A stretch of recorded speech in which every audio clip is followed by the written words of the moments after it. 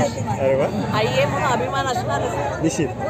हे विजयाचं गणित कसं सांगताय तुम्ही? यशाचं गणित? यशाचं गणित तिची मेहनत. बरोबर. तिने खूप मेहनत घेतलेली आहे आणि एक महिनाभर ती फिरत होती. तिचं यश तिला मिळालं. अरे वा. आणि तिच्या वडिलांची पुण्य आहे.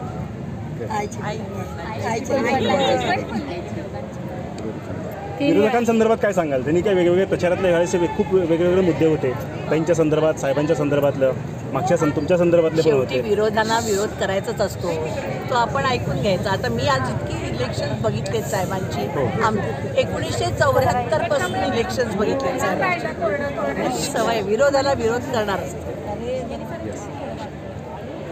ताईंच्या विजयाबद्दल तुमचं आणखी 1-2 वाक्य सांगितलं पाहिजे. काय ताईंचं ह्या विजयाचं श्रेय कसं असेल? साहेबांचं सांगितलं, ताईंचं यश पण आहे, त्यामागे कुटुंबा म्हणून तुमचं कसं पाहता तुम्ही? आई म्हणून एक वेगळंच नातं असतं. अगदी. ते मी माझं नातं त्या आईचं आणि मुलीचं मी ते चांगलं पार पाडते नेहमीच. कधीतरी रागवारागवी पण असते, मायलेकी एक तर, पण चालायचं असते. खूप छान.